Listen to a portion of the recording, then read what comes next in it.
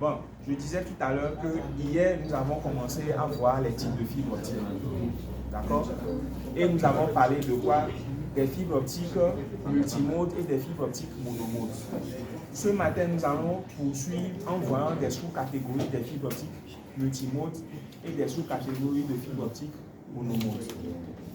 Après ça, nous allons attaquer une partie qui concerne la structure interne d'un câble à fibre optique. Et je le dis encore, retenez, quand on va parler de la structure d'un câble à fibre optique, il y a principalement 3 structures. Quel que soit le câble que vous achetez n'importe où, c'est à la base 3 structures. La première structure, câble à fibre optique à structure libre, en équivalent anglais, c'est loose tube fiber optique. Quand on rentre dans les câbles à structure libre, après le revêtement extérieur ou bien la gaine secondaire, vous tombez sur des membranes de renfort qui sont faits en quoi? En fil de polyaramide, ou bien le nom commercial c'est le Kevlar. Après le Kevlar, on tombe maintenant sur un tube ou bien plusieurs tubes. On a ouvert un autre câble ici la fois passée, il y avait 3 de ces tubes là-dedans. Et chacun de ces tubes contient quoi? Un gel. Et ce gel est hydrophile, c'est-à-dire il empêche toute humidité ou bien toute goutte d'eau d'infiltrer le câble. Et après maintenant, ce gel, nous avons dedans les brins de fibre optique. Ça, c'est les brins. En anglais, on appelle ça fiber strands. Ok? Ça, c'est les câbles à fibre optique à structure libre, loose tube. On tombe sur des tuyaux qui sont remplis de gel et maintenant, dans ce gel, baignent quoi? Les brins de fibre optique. Première structure. Et je dis encore que cette structure de câble est uniquement adaptée pour les installations extérieures.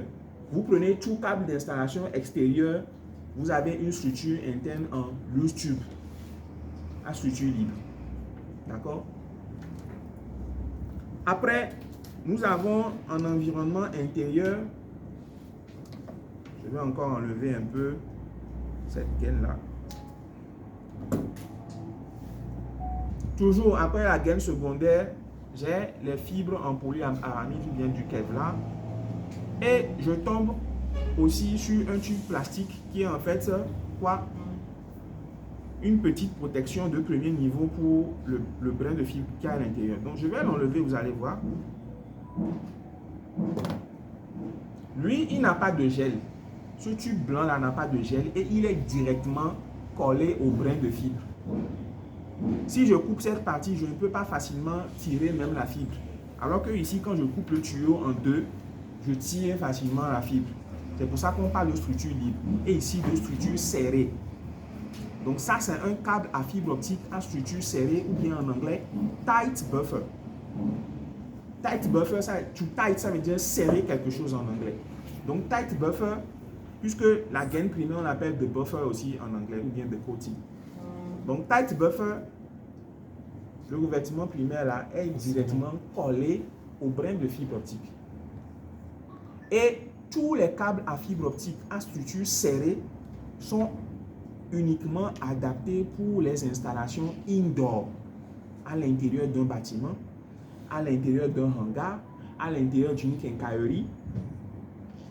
C'est tout. Maintenant, la troisième structure, c'est les câbles à fibre optique à structure rubanisée. C'est-à-dire, nous avons une portion de fibre un peu plate comme ça qui nous fait sortir plusieurs brins de fibre optique. Mais nous ne l'avons pas ici pour que je puisse vous la montrer.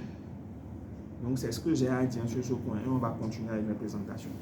D'accord? Ok. Comment couper tout ça? Comment couper le dénudage? C'est ça ici. Pour dénuder, on fait comme ça.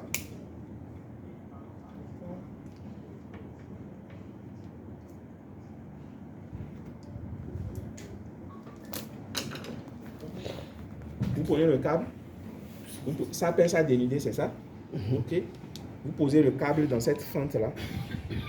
Une fois que vous posez le câble dans cette fente, vous appuyez la pince, d'accord, pour pouvoir, d'accord, caler le câble. Et vous tournez comme ça. C'est pour tous les diamètres des câbles. Oui. Est-ce que vous pouvez régler? Vous avez vu? C'est comme pour le fibre ça. Ensemble, 4 bosses. D'accord. Maintenant, vous allez remarquer que j'ai coupé en transversal la gaine extérieure. C'est bon? Ok. Maintenant, je replace, d'accord, le câble. Et à partir de là où j'ai créé la fente transversale, je repince à ce niveau-là. Je repince à ce niveau et je tire.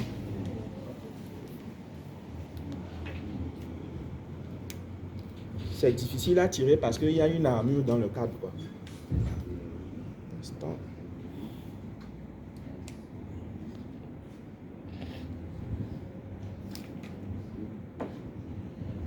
D'accord. Je refais encore de l'autre côté. L'armure là, on va voir ça dans le cours, c'est pour protéger le câble contre quoi? Les rongeurs. Donc vous installez ce câble là, s'il y a des rongeurs qui savourent souvent les câbles, ils seront découragés par cette armure là. D'accord.